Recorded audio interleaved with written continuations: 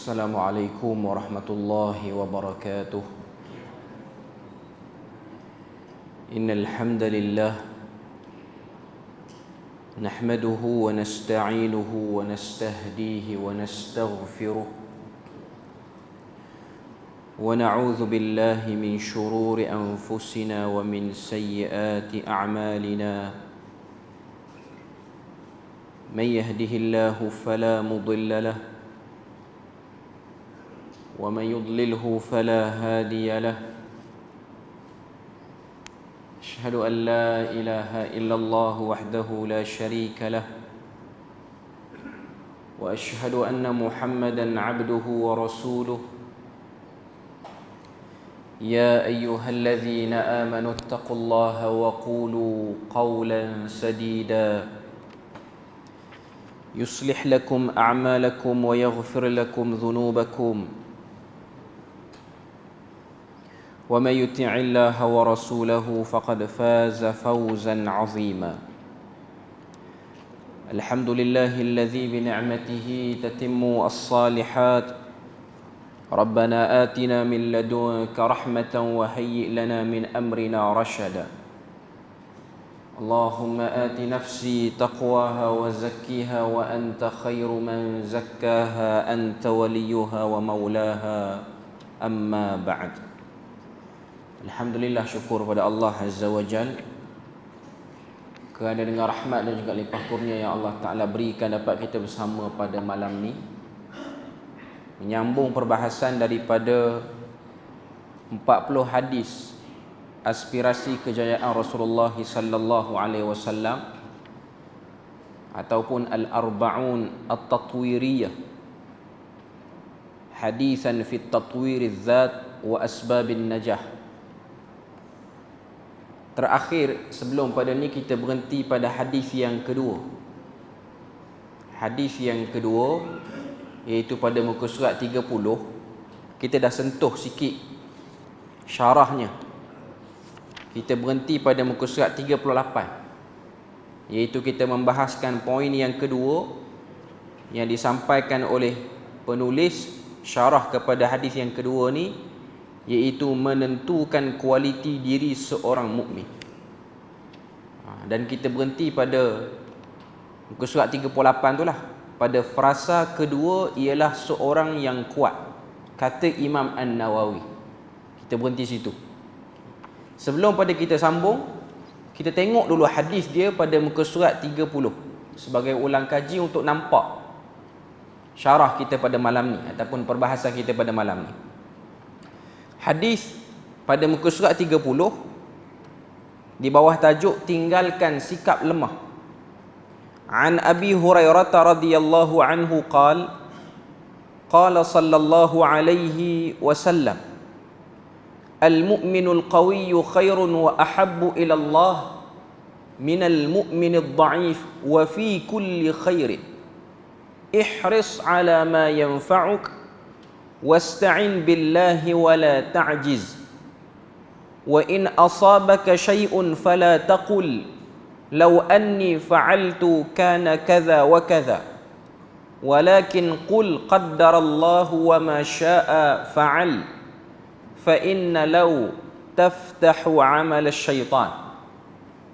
Maksud dia pada muka surat 31, kita tengok apa yang ingin disampaikan oleh Nabi sallallahu alaihi wasallam melalui hadis yang diriwayatkan oleh Abu Hurairah. Kata Abu Hurairah radhiyallahu anhu bahawa Rasulullah sallallahu alaihi wasallam pernah bersabda, orang mukmin yang kuat lebih baik dan dicintai Allah berbanding orang mukmin yang lemah dalam setiap kebaikan. Oleh itu berusahalah mencapai sesuatu yang memanfaatkan kamu. Pohonlah pertolongan daripada Allah dan janganlah bersikap lemah. Sekiranya kamu ditimpa sesuatu, jangan kamu sebut kalaulah saya buat begitu dan begini.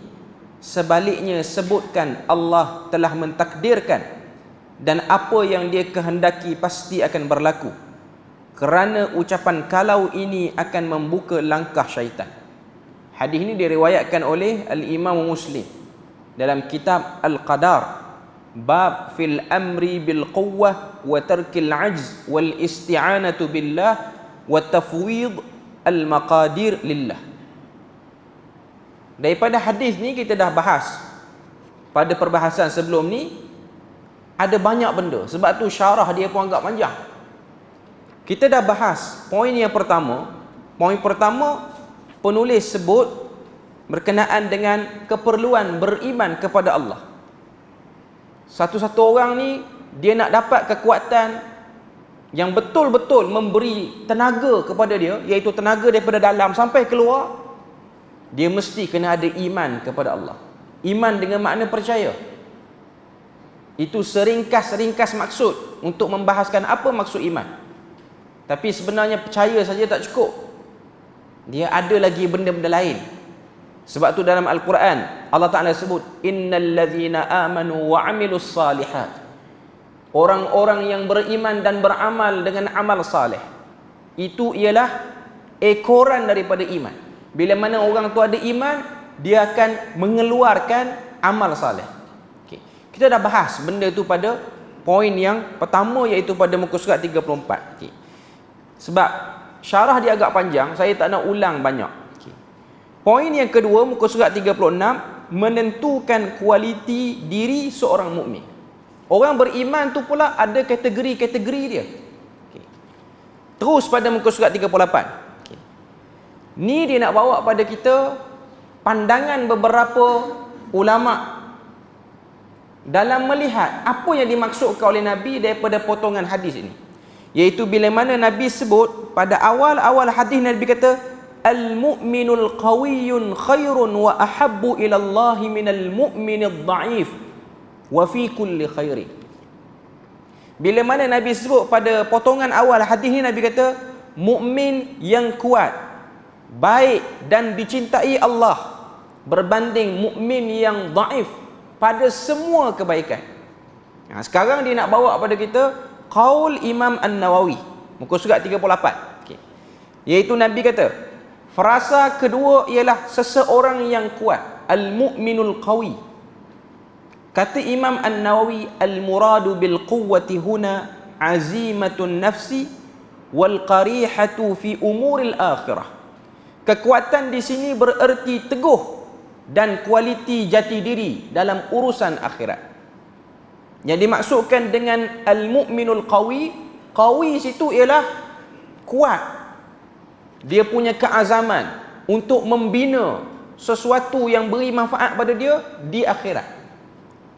Maknanya perkataan qawi itu bukan merujuk kepada kekuatan tubuh badan, tapi tingginya azam, tingginya cita-cita. Kemudian apa lagi yang dia sebut? Perenggan yang seterusnya dia kata, demikian juga tidak terkecuali urusan duniawi. Walaupun maksud dia lebih pada akhirat, tapi duduk juga sekali dalam tu ialah bab-bab berkaitan dengan usaha-usaha duniawi. Ataupun dalam bahasa lain kita sebut sebagai sunnatullah. Ada benda-benda atas dunia ni, ada prosedur dia yang kita kena ikut, baru menjadi apa yang nak kita buat daripada satu-satu benda tu. Contoh, bila mana kita lapar, apa action, perbuatan yang boleh menghilangkan lapar tu? Sebab lapar ni bukan benda yang baik untuk manusia. Lapar dalam tempoh yang lama dia akan ganggu banyak manusia tu. Perbuatan satu orang tu bila mana dia lapar, dia cari makanan untuk menghilangkan laparnya. Makan hilang lapar, itu sunnatullah, itu usaha duniawi. Dari segi akhirat, tak makan pun boleh hilang lapar tu bila mana Tuhan nak beri. Itu bab kuasa Tuhan. Tapi dari segi hukum alam, satu orang tu nak keluarkan dia punya kesusahan diri dia yang menimpa diri dia, dia kena usaha. Dia kena tengok banyak ruang dan peluang. Dia tak boleh hanya berpada pada satu tempat saja. Kemudian kita tengok lagi apa yang dia sebut. Dia kata, ungkapan Nabi, berusahalah mencapai sesuatu yang memanfaatkan kamu. Iaitu pada hadis tu Nabi sebut, ihris ala ma yanfa'uk. Ihris maksud dia apa? Lobalah. Ini bahasa kitab-kitab Jawi lama. Ihris ni maksudnya lobalah ataupun tamakkan diri kamu untuk banyak buat benda yang bermanfaat. Sini dia terjemah berusahalah. Sebab perkataan ihris ni ialah perbuatan berusaha yang tak pernah putus asa. Dia betul-betul berusaha. Bukanlah dia berusaha, dia gagal, dia rehat lama, lepas tu berusaha balik. Bukan. Waktu dia jatuh, dia gagal tu, dia cepat-cepat naik, dia cepat-cepat baiki diri. Okay. Jadi dalam hadis tu Nabi kata, ihris itu ialah arahan. Itu ialah fi'il amar. Perintah daripada Nabi supaya kita ni penuhkan kehidupan kita dengan benda bermanfaat. Dengan cara itulah kita akan jadi mukminul qawi seperti awal hadis tu. Macam mana satu orang mukmin tu dia nak kuat? Dia kena tengok semua benda yang berlaku dalam hidup dia sebagai peluang untuk membuat benda yang bermanfaat. Kalau tak, dia akan jadi al-mu'minud dha'if tu tadi. Sebab Nabi dah buat comparison, perbandingan. Okay. Dalam hadis tu lagi, dalam perenggan tu lagi dia sebut, berusahalah mencapai sesuatu yang memanfaatkan kamu adalah bukti kepada kesyumulan urusan ukhrawi dan duniawi sebagaimana yang dibincangkan kemudian, yang akan dibincangkan kemudian. Maknanya bila mana Nabi kata ihris, bersungguhlah, tamaklah, maknanya dalam bab akhirat pun buat benda-benda yang boleh membina akhirat, dalam bab dunia pun buat benda-benda yang boleh membuka ruang pada kita di dunia ni. Bukan kita kumpul. Kalau kita kumpul dunia, ada celaan dalam Al-Quran. Allah Ta'ala sebut alhaakumut takatsur, kecelakaan yang sangat dahsyat kepada pengumpul harta dunia. Harta dunia ni bukan hanya wang ringgit. Segala benda duduk dalam tu. Termasuklah kemasyhuran. Segala benda ada dalam tu. Sebab dia termasuk daripada bab keduniaan. Jadikan dunia ini sebagai tempat untuk membina akhirat dengan cemerlang. Okay. Kemudian dalam perenggan tu dia sebut lagi apa dia? Dia kata sini, kekuatan jati diri, kesungguhan serta personaliti individu mukmin itu enggan tunduk kepada kegagalan atau sifat longlai dan lemah. Perhatikan saranan baik daripada lafaz hadis ini. Orang mukmin yang kuat, bagaimana pula lafaz ini boleh mempengaruhi semangat, kemahuan dan kualiti diri.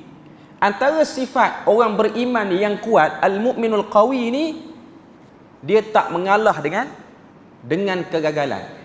Bila mana dia gagal, dia geram dengan gagal tu, dia buat sesuatu, dia ada tindakan. Dia bukan action dia pasif, bukan perbuatan dia tu lemah, longlai. Gagal je, dia pun layan perasaan. Itu bukan sifat mukmin yang kuat. Tapi sifat mukmin yang kuat, dia boleh gagal, dia mungkin juga gagal, dan banyak kali juga mukmin yang kuat ni dia akan gagal. Tapi beza dia, waktu dia terima kegagalan, dia cepat buat correction.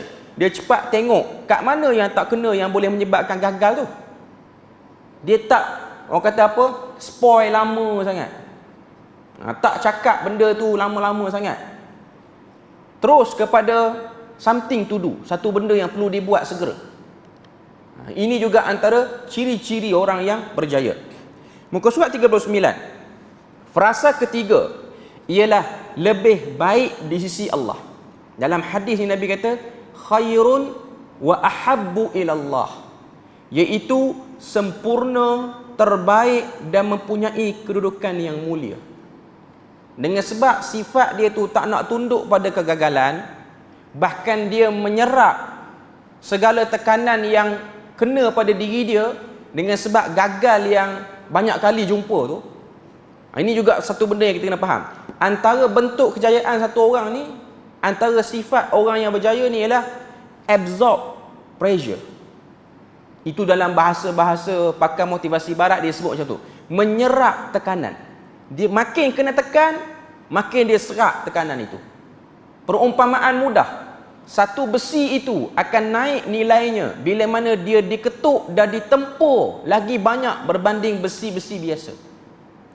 Tuan-tuan tengok orang buat keris, senjata, pedang, parang apa, nak bagi cantik mata pisau ke mata parang ke keris ke apa, dia memerlukan proses masuk dalam api, Lepas masuk dalam api sampai merah, kena ketuk. Beza dengan besi-besi lain. Besi-besi yang tak digunakan sebagai benda utama.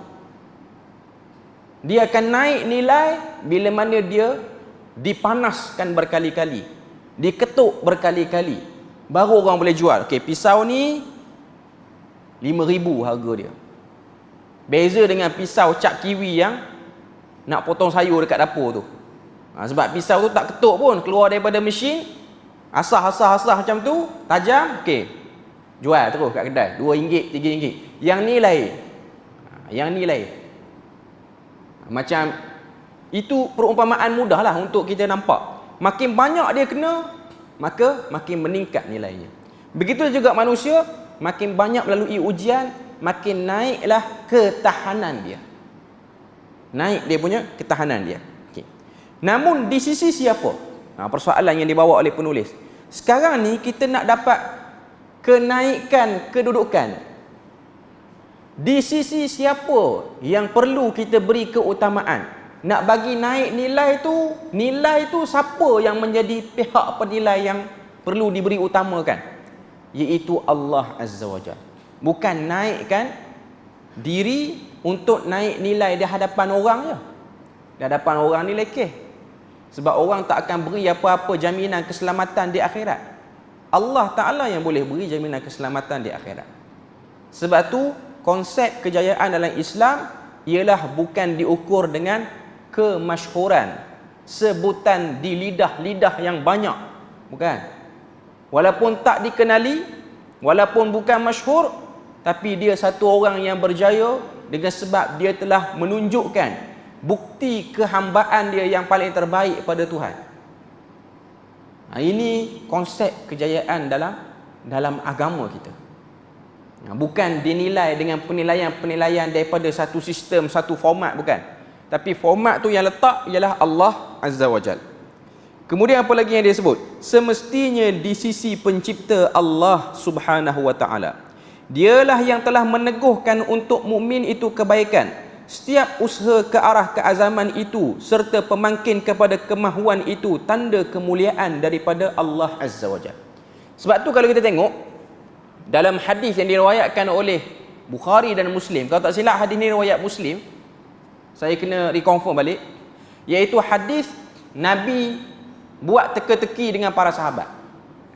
Nabi tanya, pokok apa yang menyerupai orang beriman? Sahabat melilau. Ada seorang sahabat yang tahu jawapan, tapi dia kecil lagi, dia muda lagi pada waktu tu, iaitu Abdullah bin Umar. Dia datang majlis Nabi sekali dengan ayah dia, Umar Al-Khattab. Nabi tengok para sahabat ni melilau macam tak jumpa jawapan. Nabi kata, hiya nakhlah. Pokok itu ialah pokok kurma, pokok tamar. Lalu kata Abdullah bin Umar pada ayah dia, waktu Nabi sebut tu, aku dah tahu dah jawapan dia pokok tamar. Lalu Umar kata, kenapa kamu tak jawab? Kalau kamu jawab, aku sangat gembira daripada mendapat ini dan ini. Jawapan Abdullah bin Umar, dia kata, aku tak jawab kerana aku melihat gigi akulah yang paling kecil berbanding gigi orang lain. Itu bahasa kinayah. Maksud dia apa? Dia paling muda di antara yang lain-lain. Maksud gigi kecil tu, gigi orang lain gigi kekal lah. Ada pun tak ada gigi pun boleh jadi lah tu. Cuma dia kata, aku tak jawab sebab aku malu dan segan. Ada sahabat-sahabat yang lebih senior. Okay. Tuan-tuan tengok, pokok kurma ni tak ada tempat kita. Kalau ada pun kurma jantan jenis tak berbuah.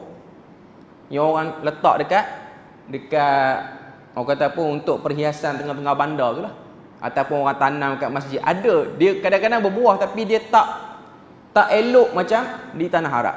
Okay. Tuan-tuan pernah tengok macam mana orang tanam pokok kurma? Benih asal dia. Pokok kurma dia ditanam dengan cara ditindih atasnya batu. Dia tak kambuh dengan tanah satu. Dah kambuh dengan tanah tu, sebelum keluar tunas, dia tindih dengan batu. Batu lebih kurang besar ni ataupun kecil sikit. Batu macam batu-batu orang buat rumah tu lah, ataupun kecil sikit. Kenapa dia tindih? Sebab pokok tu kalau tak ditindih, akar dia tak kuat. Tuan-tuan boleh tengok, kena ada something pressure atas dia, baru dia jadi pokok yang terbaik. Sebab tu Nabi buat perumpamaan. Nabi kata, pokok apa menyerupai orang beriman? Pokok kurma. Sebab kalau tengok proses penanaman pokok kurma macam tu, cuma kita yang pergi buat umrah, kita tengok pokok kurma yang dah besar, kita tak tengok ladang dia yang daripada kecil tu. Biasanya dia akan tindih dengan batu-batu. Bila mana tunas tu keluar, tunas tu sendiri yang akan mengalihkan batu tu. Maknanya dengan kekuatan akar tu, untuk dia dapat cahaya matahari, dia yang mengalihkan batu tu ke tepi. Nak sebut apa? Satu orang tidak akan boleh dikata hebat sebelum diuji. Kena uji dulu. Sebab tu pokok kurma tu menjadi satu objek contoh oleh Nabi sallallahu alaihi wasallam untuk bagi faham kenapa orang beriman diumpamakan dengan kurma. Sebab kurma ni daripada dalam tanah lagi dah ada pressure. Maknanya kalau kita buat perumpamaan orang muda ataupun kita sekarang, daripada muda lagi biasa kena ujian dah, biasa kena benda-benda berat, maka dia akan melahirkan ketahanan. Dia akan menyebabkan kita lebih tahan lasak. Sebab tu budak-budak sekarang kan, ataupun orang sekarang bahasa media sosial ni kadang-kadang tak berapa elok juga, tapi dia tangkap cepat, dia boleh faham. Sebab tu orang sekarang dia selalu cakap, dia kata budak-budak sekarang dia bukan tahan pun. Geng-geng yang sunat laser ni bukan macam sunat pakai pisau. Orang guna perkataan tu, walaupun benda tu tak patut dah cakap macam tu, tapi make sense lah. Kan budak-budak sekarang kan dia berkhatan tak sakit macam dulu. Berkhatan macam dulu, zaman dulu ni bukan macam sekarang. Zaman dulu ni kena mandi, buat majlis besar-besaran, arak keliling kampung apa semua ni, bukan ada bius apa semua, pun pakai pisau dulu. Kena mandi sungai apa semua, duduk atas batang pisang pula apa semua, macam-macam adat istiadat lah nak kena buat. Maknanya nak katanya pressure yang dia kena tu bukan macam sekarang. Sekarang pergi klinik dah sudah dah pun. Dia pun tak tahu sakit kat mana, bila kena potong tak tahu pun. Jadi yang tak rasa sakit ni dia manja lebih sikit lah. Sebab tu bahasa orang sekarang dia panggil budak-budak yang sunat laser. Itu bahasa dia lah. Walaupun bahasa dia tu macam entah apa bahasa zaman sekarang pun kadang-kadang pelik juga saya bila mana kita tengok bahasa media sosial ni, tapi itulah biasanya. Untuk bagi nampak je. Saya sebut ni sebab nak bagi nampak. Kalau ada orang muda yang dengar, dia akan tahulah benda tu. Okay. Cuma nak sebutnya ialah satu orang mukmin dia perlukan pressure. Sebab tu dalam hadis yang lain Nabi sebut, man aradallahu bihi khairan yusibhu. Sesiapa yang Tuhan nakkan pada dia kebaikan, dia akan dimusibahkan, diuji. Dalam erti kata lain, kalau tak kena ujian, tak ada kebaikan pada dia. Dia mesti kena ujian, baru ada kebaikan pada diri dia. Okay. Kemudian apa lagi yang dia sebut sini? Dia kata, frasa keempat ialah lafaz lebih dicintai di sisi Allah. Ia merupakan kemuliaan Tuhan buat mukmin yang kuat ini mendapat kasih sayang Allah Subhanahu wa taala. Saat Allah Subhanahu wa taala mengasihi hamba-Nya, dia akan memberi taufik, memandu hamba-Nya selain memudahkan urusan mereka. Bila mana Nabi kata al-mu'minul qawiyyu khairun wa ahabbu ila Allah. Orang mukmin yang kuat, baiknya mereka ni dan dicintai, sangat-sangat dicintai oleh Tuhan. Kerana apa? Kerana mereka telah kena macam-macam tekanan. Sebab tu sahabat Nabi yang join perang Badar, mereka ada kedudukan khusus berbanding sahabat-sahabat yang tak join. Dan sudah pasti beza ahlu Badar dengan kita akhir zaman berlipat-lipat kali ganda dengan mereka. Para ulama bincang, kenapa ahlu Badar ni lebih dia tu banyak berbanding orang-orang lain? Kerana ahlu Badar ini kan kelebihan dia dalam hadis Bukhari, Nabi kata ahlu Badar ni ghafarallahu lahu ma taqaddama min dhanbihi wa ma ta'akhkhar. Allah Ta'ala ampunkan dosa dia yang lepas dan yang seterusnya. Maknanya mereka ni golongan special, tak kena dosa, seakan-akan tak kena dosa. Bukanlah maksud hadis tu dia orang tak akan buat dosa langsung, tapi dia orang ni bukan pelaku dosa besar dan bukan satu orang yang ketagihan dan biasa buat dosa. Kerana apa? kerana mereka telah membenarkan Islam saat Islam masih samar di mata orang kebanyakan. Tuan-tuan boleh bayang kalau kita tengok peristiwa Perang Badar yang berlaku pada bulan Ramadan, 17 Ramadan tahun kedua Hijrah. Equipment, kelengkapan perang sangat-sangat terbatas dan terhad. Yang ada kuda 2 orang je. Yang pakai baju besi tak berapa orang. Ada yang pergi perang bawa cangkul. Sebab tu je senjata yang ada. Sebab tu ada sebahagian riwayat-riwayat menyebutkan ketika mana sebahagian ahlu Badar ni dia orang perang lawan dengan orang kafir, angkat cangkul. Pedang orang kafir tu mahal. Dibuat, ditempur bukan di Mekah, ditempur di Dimash. Sebab bagi negara Arab, tempat yang paling terbaik buat besi ialah di Syam. Sebab tu sampai sekarang pisau daripada Dimash ni antara pisau yang terbaik, tempaan-tempaan besi tu. Dia orang libah sekali patah cangkul tu. Pergi jumpa Nabi, ya Rasulullah, aku nak perang dengan apa? Nabi ambil yang bahagian patah tu, Nabi kata qatil bihadza, ambil yang patah ni perang. Tuan-tuan boleh bayang kita duduk tempat tu, kita boleh kata Nabi ni gila kot. Kalau lah kita duduk tu. Baik aku balik rumah lah pada ikut dia ni. Semacam cangkul yang patah suruh pergi perang. Tapi sahabat tak peduli sebab percaya dia ni Nabi, dia tak akan kelentong kita. Ambil. Sebahagian riwayat kata karamah yang Allah Ta'ala beri kepada sahabat tu dengan sebab dia membenarkan iman, Tuhan tukarkan jadi pedang. Dia bertukar jadi pedang. Dan pedang itu telah menjatuhkan puluhan orang kafir. Puluhan orang kafir. Sampai dia orang pun heran. Dia orang ni bukan kaki sparring, bukan kaki bergaduh pun, bukan pandai tumbuk dengan orang. Tak reti pun. Dan dia orang ni bukan ada latihan lawan pedang pun sebelum daripada masuk perang tu. Sebab tu ada sebahagian sahabat kata, aku pelik sekali aku libas 10 kepala tercabut. Main daripada mana benda tu? Keimanan. Keimanan. Sebab tu mereka ialah umat yang awal dikenakan pressure, dikenakan tekanan. Dan wajar untuk mereka mendapat kelebihan yang lebih daripada orang-orang lain. Dan memang orang-orang yang kena tekanan ni, dia punya attitude, tingkah laku pun berbeza. Sebab tu sekarang tuan-tuan tengok negara Jepun.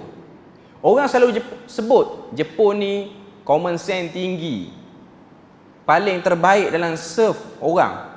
Maknanya negara dia ni ialah didiami oleh orang-orang yang selalu fikir kita nak cipta apa, nak mudahkan orang. Tapi sejak 5 tahun kebelakangan ini, kerajaan Jepun perasan generasi baru di Jepun ni jiwa tu hilang. Dia jadi kurang common sense, tak peduli orang. Sebab apa? Yang mati, yang hidup waktu perang, waktu bom Nagasaki tu dah ramai dah mati. Dah ramai dah mati. Jadi jiwa untuk orang kata apa, nak membangunkan negara tu dia tak ada lah. Mari generasi baru ni dia dah makin tumpul. Dia macam sekarang ni lah. Maaf saya sebut, saya bukan nak kata pada mana kumpulan. Zaman sekarang ni kau tengok sebahagian orang yang join tentera askar, jiwa dia tak sama dengan tentera yang hidup waktu komunis duk ada di sini. Waktu zaman penjajahan lagi. Saya tahu sebab ayah saya ni antara orang yang duduk pada zaman tentera pada zaman komunis dulu. Jadi dia punya jiwa kalau cakap bab orang jajah negara ni dia semacam dia tak boleh orang touch benda tu. Dia rasa macam benda tu besar bagi diri dia. Tapi beza kalau kita cakap dengan askar-askar muda yang beranak tahun 2000, yang beranak tahun 90-an ni, kita cerita keganasan komunis, dia macam blur. Oh macam tu tak apa. Macam tu lah. Tapi kalau cerita, sebab saya pernah cakap dengan ada satu orang, dia ni bekas penerjun payung terjun tu lah. Banyak kali dia terjun. Memang ada sebahagian something lah pada badan dia ni dah dengan sebab kecederaan tu. Dia ni antara yang dihantar untuk duduk di sebahagian kawasan di Perak pada waktu komunis duk ada di Perak. Waktu cerita tentang negara ni, dia menangis. Kita yang beranak tahun 90-an ni pelik. Dahsyat dia. Boleh menangis. Sebab dia tengok macam mana negara ini dijajah, negara ini telah dibuat benda-benda yang dia yang lawan, dia yang tengok sendiri, dia yang berhadapan. Jadi jiwa dia lain. Dia yang menghadapi pressure tu. Dia yang tengok macam mana sebahagian orang Melayu telah dibunuh dengan sebab keganasan ini. Macam mana sebahagian perempuan yang mengandung telah dibelah perutnya. Dia tengok dengan mata dia sendiri. Dia sendiri yang pergi bertumbuk dengan kawan tu, dia sendiri yang pergi bertikam dengan kawan tu. Jadi jiwa dia lain. Dia kena pressure tu. Dia absorb pressure tu. Dia jadi orang yang sangat lain macam. Dia pergi mana-mana pun dia bawa jati diri tu. Jati diri dia tu ada. Dengan sebab dia terkena tekanan tu. Okay. Jadi dalam hadis ni kita boleh tengok macam mana satu orang tu dia nak dapat kedudukan yang baik, dia memang tak boleh lari daripada tekanan. Okay. Sebab itulah Nabi sebut dalam hadis tu, jadikanlah kehidupan kamu yang penuh tekanan tu kepada para sahabat ni, ihris ala ma yanfa'uk. Ihris maksud dia apa? Manfaatkanlah sebaik mungkin peluang-peluang yang ada. Apa saja halangan, pressure yang datang, jadikan dia sebagai peluang untuk buat manfaat. Okay. Kemudian kita tengok lagi, saya rasa dah selesai untuk poin yang kedua tu. Poin yang ketiga muka surat 40. Memberikan kesungguhan untuk sesuatu yang bermanfaat. Menerusi sabda Rasulullah sallallahu alaihi wasallam, berusahalah mencapai sesuatu yang memanfaatkan kamu. Ia mencakupi setiap manfaat yang meliputi aspek dunia dan akhirat. Ini seperti mana yang disebut oleh Syekh Abdul Rahman bin Nasir As-Sa'di dalam kitab dia, dalam karya dia, menyebutkan maksud daripada hadis Nabi ni ialah meraihkan syariatullah dan sunnatullah sekaligus. Buat satu benda yang betul-betul boleh beri manfaat. Usaha adalah bukti kepada komitmen memberikan kesungguhan dan mendedikasikan kemampuan dalam bekerja. Perkara ini dapat mengekang sifat malas yang mempengaruhi tuan badan dengan elemen negatif dan sikap tidak peduli. Sebab tu kita tengok Nabi ni dia ajar pada kita awal pagi lepas subuh ni, antara doa zikir pagi ni ialah Allahumma inni a'udzubika minal kasal. Ya Allah, aku berlindung kepadamu daripada malas, lemah. Bahkan kita di Perlis ni, kalau tuan-tuan perasan, dalam khutbah Jumaat, orang lelaki yang pergi salat Jumaat, dia akan dengar pada khutbah kedua, doa yang akan dibaca oleh khatib-khatib di masjid di Perlis ni, ialah minta pada Tuhan supaya siapa yang duduk di negeri ni terhindar daripada penyakit lemah, malas, dangkal pemikiran. Benda tu ada sebut. Dan benda ni ialah menjadi hasrat kepada pemimpin tertinggi bagi negeri ini. Tak nak tengok orang-orang yang ada di negeri ini ni slow, tak nak. Tapi orang yang produce, dalam bahasa Arab dia panggil yuntijus syai', satu golongan yang mengeluarkan sesuatu, bukan mengambil manfaat pada orang, tapi kitalah yang menjadi kepala memberi manfaat kepada orang. Jadi itu benda yang kita boleh tengok daripada maksud hadis Nabi ni, iaitu menjadikan satu orang tu bergerak tubuh badannya ke arah kebaikan. Kesannya pengorbanan memberikan komitmen menjadi sia-sia dan tidak berfaedah, atau yakin bahawa tindakannya tidak mempengaruhi keputusannya, atau hilang kemampuan untuk mengawal keadaan sekeliling. Semua ini telah Nabi SAW tepis dengan sabda Nabi SAW, berusahalah mencapai sesuatu yang memanfaatkan kamu, iaitu berusahalah untuk mencapai sesuatu yang memberi kamu manfaat. Ini pada muka surat 41. Terdapat dua kategori perkara bermanfaat. Yang pertama, perkara menyentuh urusan keagamaan. Yang kedua, perkara menyentuh urusan keduniaan. Agama Islam agama yang realistik, meraihkan semua elemen yang ada dalam diri manusia, termasuk elemen dalaman, spiritual, emosi, dan juga elemen luaran. Apa benda yang boleh memberi kebaikan pada orang? Sebab tu tuan-tuan tengok kan,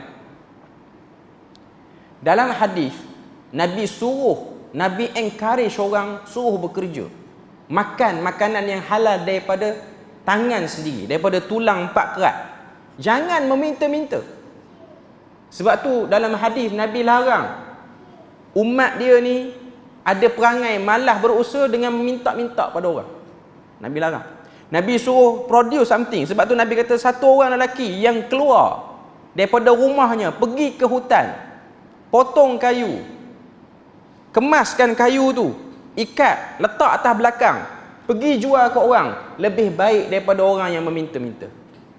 Tuan-tuan boleh bayang, Nabi telah menyebut satu profession kerja yang paling low sekali, paling rendah, yang zaman sekarang mana-mana orang yang ada pendidikan pun dia tak ada lah bercita-cita nak jadi penjual kayu api. Tak ada orang bercita-cita macam tu.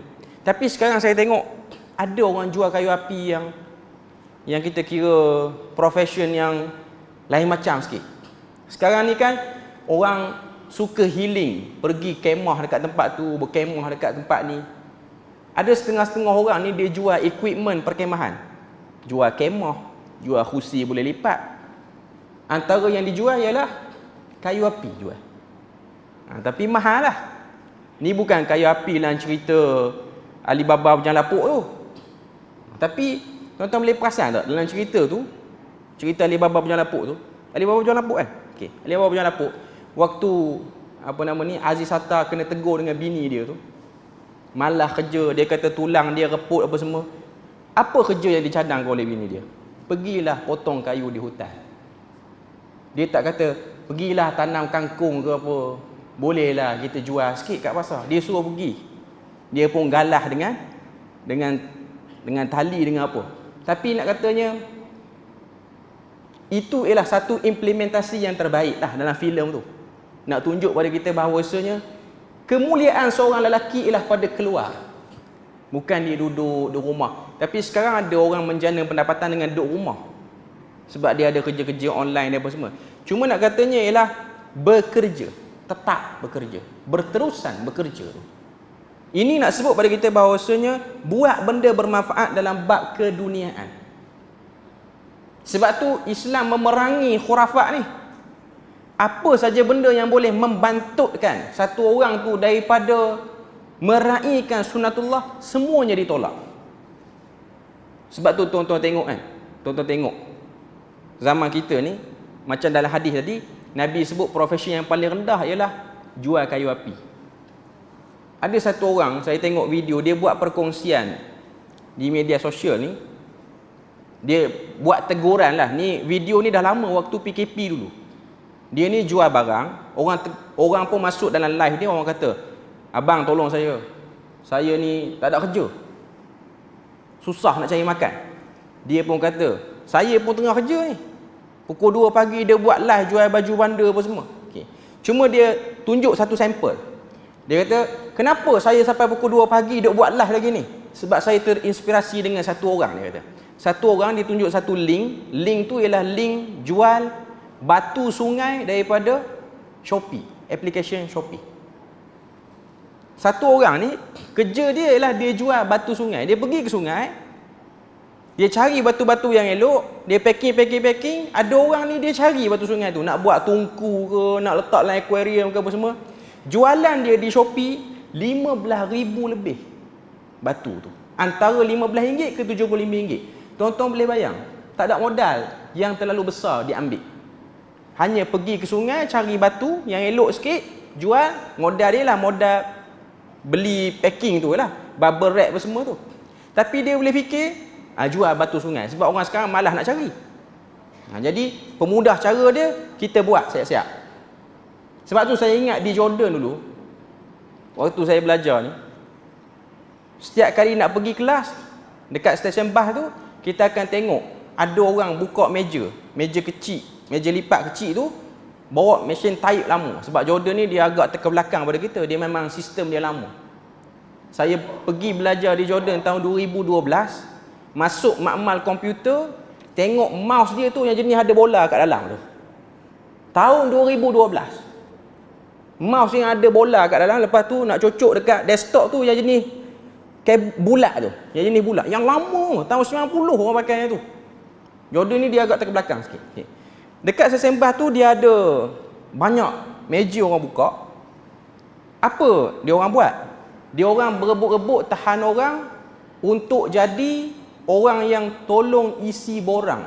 Sebab situ ada satu klinik ataupun hospital kerajaan, dan juga orang kata apa, ada beberapa jabatan-jabatan kerajaan lah, nak buat apa-apa urusan ni, orang-orang kampung yang tak reti menulis ni, tak reti membaca ni, jadi kerja dia tolong isi borang. Lepas tu bayar setengah dinar ataupun 25 kurus. 25 kurus ni suku dinar lah. Okey, bayar. Dia cari kerja melalui tolong isi borang orang. Macam kita Perlis ni pun kita pernah tengok lah kerja macam tu. Tuan-tuan nak masuk pergi Thailand, masuk dekat border tu, tolong isi TM6 apa-apa semua ni, bayar RM2. Punya malah, isi borang tu pun malah. Bagi, bayar dekat orang RM2. Kawan tu, dia bukan terima seorang. Tuan-tuan boleh bayang, kalau 1,000 pelancong yang masuk hari tu, dah 3,000 dia dapat. Hanya kerana buat kerja tu saja, tolong isi borang. Borang tu pun bukan dia yang print, kita yang bawa untuk dia, dia tolong isi je. Itu kreatif nak cari. Cuma nak sebutnya lah, carilah apa-apa ruang untuk memanfaatkan peluang. Kita beri laluan azan tu. Okey, kita tengok sikit lagi pada muka surat 41 tu. Bila mana penulis dia sebut tentang menyentuh urusan keduniaan. Saya sebut bab ni dulu kerana apa? Sebelum sebut bab keagamaan. Sebab masih lagi ada mindset sebahagian orang Islam kita lah, bukan orang Melayu saja, tapi orang Islam. Bila mana kita fokus pada agama, maka kita pun tak peduli dah pada dunia ni. Kita tak buat apa-apa dah pada dunia. Kita tak produce apa. Bahkan dia keluar satu mindset lagi teruk. Tengok orang yang produce something, orang yang buat benda-benda yang menaikkan ekonomi orang Islam, dikatakan orang ni lalai. Memang tak dinafikan, kalau kita over situ memang nampak lalai lah. Cuba nak katanya, para sahabat, mereka dalam masa yang sama, mereka juga orang yang berniaga, orang yang buat something, orang yang ada kebun yang banyak. Itu ada apa yang ada pada para sahabat. Mereka bukan orang yang hanya duduk di masjid, sibuk dengan berzikir apa semua. Mereka seimbang dalam bab ni. Sebab tu dalam hadis Nabi kata, ihris ala ma yanfa'u, sini dia meliputi dua-dua. Bila mana kamu buat apa-apa daripada benda-benda keagamaan untuk membina akhirat, buat betul-betul. Bila mana salat betul-betul. Bila mana buat amalan sunat betul-betul. Jangan buat dalam keadaan malah-malah. Jangan salat dalam keadaan antara mengantuk dengan sedar. Puasa pun cincai-cincai. Waktu puasa, mengumpat orang pun sakan juga waktu puasa tu pun. Ini antara bentuk tak bersungguh, tak memberi keutamaan.